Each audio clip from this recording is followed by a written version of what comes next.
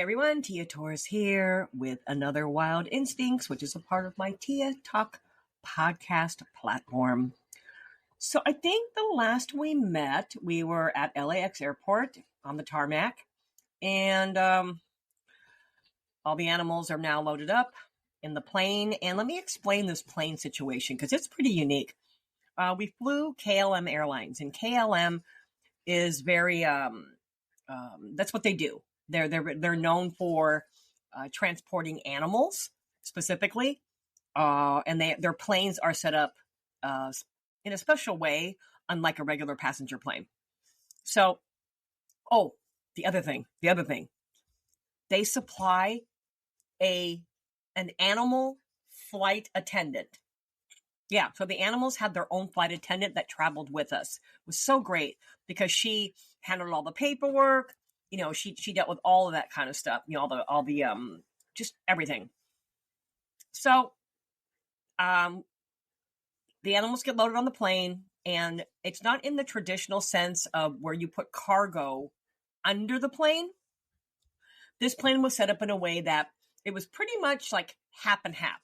So the front part of the plane was passengers. The back part of the plane was cargo. And there was a door, like a walk-through door that you could actually go through. And we were told that once we got in the air, that we could go back there and check on the animals. Which, of course, the one I was most concerned about was my pit bull Tatanka, because all the other animals seemed to do just fine in their transfer cages or their crate.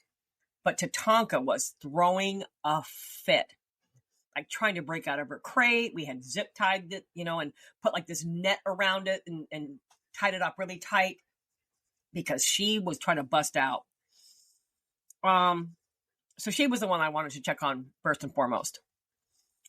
Get on the plane, and very quickly I noticed the atmosphere in this particular plane or this particular flight was very, how shall I say it, festive. Okay. The passengers were really loud. Bunch of them were smoking. I'm like, wait, I thought you don't smoke on planes. And I'm like, what is going on here? And I see that the majority, if not all, of the passengers, with the exception of myself, Scott, and Chad, are all like Middle Eastern men. I'm like, was there like a convention or something? And they're in a mood. They are, like I said, drinking and smoking and woo. So all the flight attendants, because this is a Dutch airline, all the flight attendants looked as such. We're talking drop dead gorgeous, tall, thin, blonde, blue eyes, like beautiful, like supermodels. And as we're getting ready to take off, I'm still like nauseous. I'm still like airsick, even though we're not up in the air yet. And I don't know why I'm still nauseous because I just, like I said, I've never had a bad experience with a plane. So I'm super queasy still. So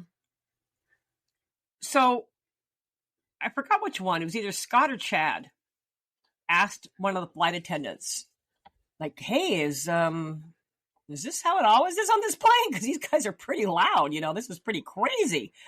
And they explained that although we are flying into Amsterdam for a quick layover, not a quick layover, excuse me, an overnight layover.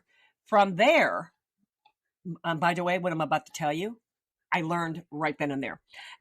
After leaving Amsterdam, they then fly into Dubai for a quick landing to load up more cargo, and then we will head to Sri Lanka. So all these men were on their way from America to Dubai.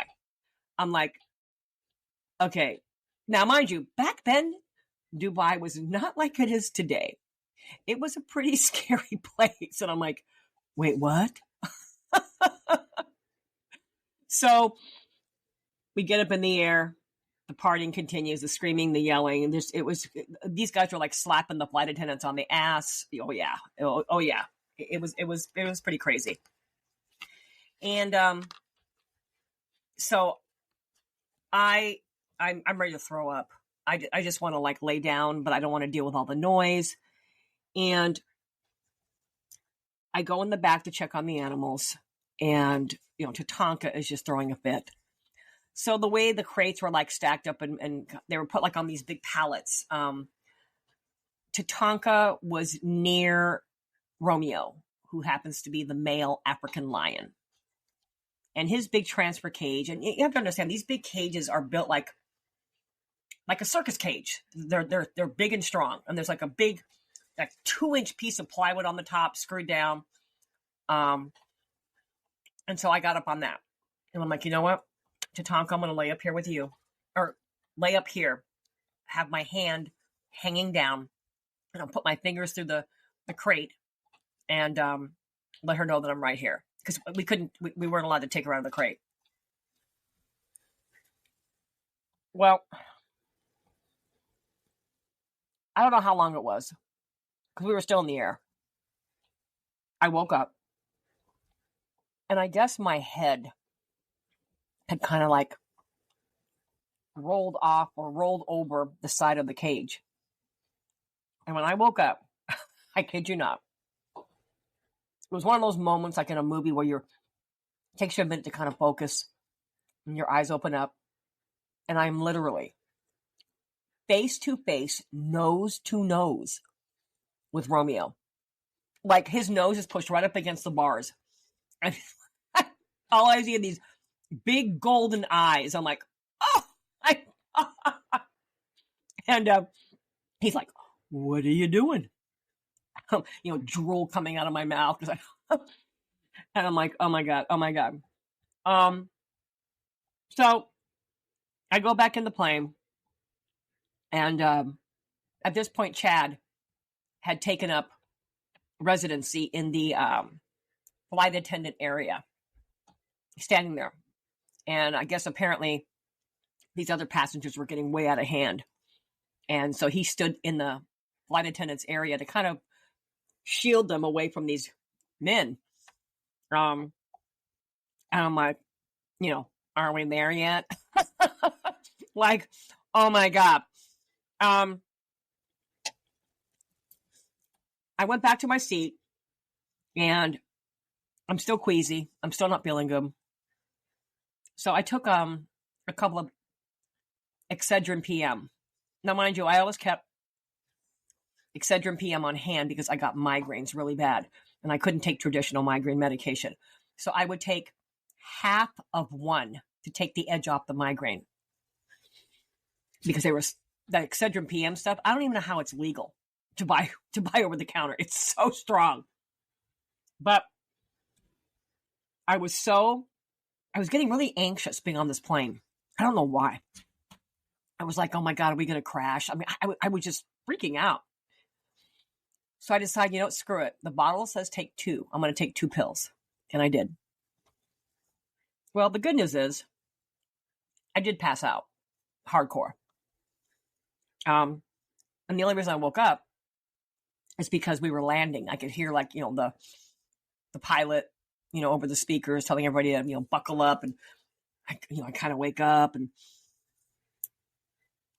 the first thing I notice is in my face is, how can I describe this?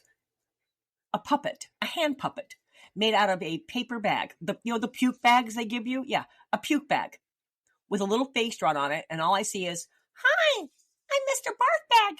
How are you, Tia? Yeah. Chad, who is the monkey handler, and he's got a personality like a monkey, thought it would be funny to make a puppet and tease me about being airsick and have this thing right in my face as I woke up. So I'm just like, get the fuck away from me, dude. And I'm swat his hand. And I look down, and there's popcorn, all stuck in my hair, in my lap. Yeah, apparently Scott and Chad had been tossing popcorn across the aisle at me, trying to wake me up. Just because. I'm like, okay, it's going to be one of these kind of trips, huh? So I don't look out the window. There's just no way. I can't do it. But the reason we were landing in Amsterdam is because obviously it's too long of a flight to go straight through to Sri Lanka. But at the Amsterdam airport, they have at the time, I think it was one of a kind, but now I think New York has one. It's called the Animal Hotel. That's what they call it. And it's at, oh my, choking on a raisin here. It's a place where animals who have been shipped from all over the world, they come there. They're on like a little, like 1 day layover. And this section of the airport is designed like the most luxurious animal hotel you have ever been in. They have like a stable area for the horses. I mean, it was beautiful. They have attendants on hand to help take care of the animals.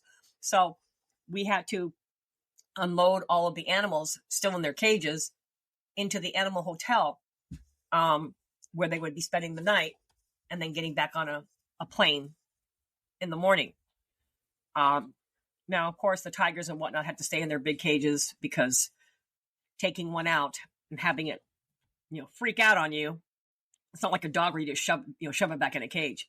But the wolf dogs and Tatanka, we did get to take out, stretch their legs, and then, put them back in the crate for the night.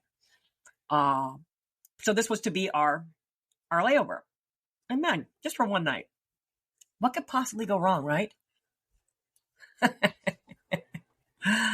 Yeah, you'll have to stay tuned to the next episode because this is where the fun begins. All right. I know there's some catchphrase that I'm supposed to say at the end of the episode, but it slips my mind right now.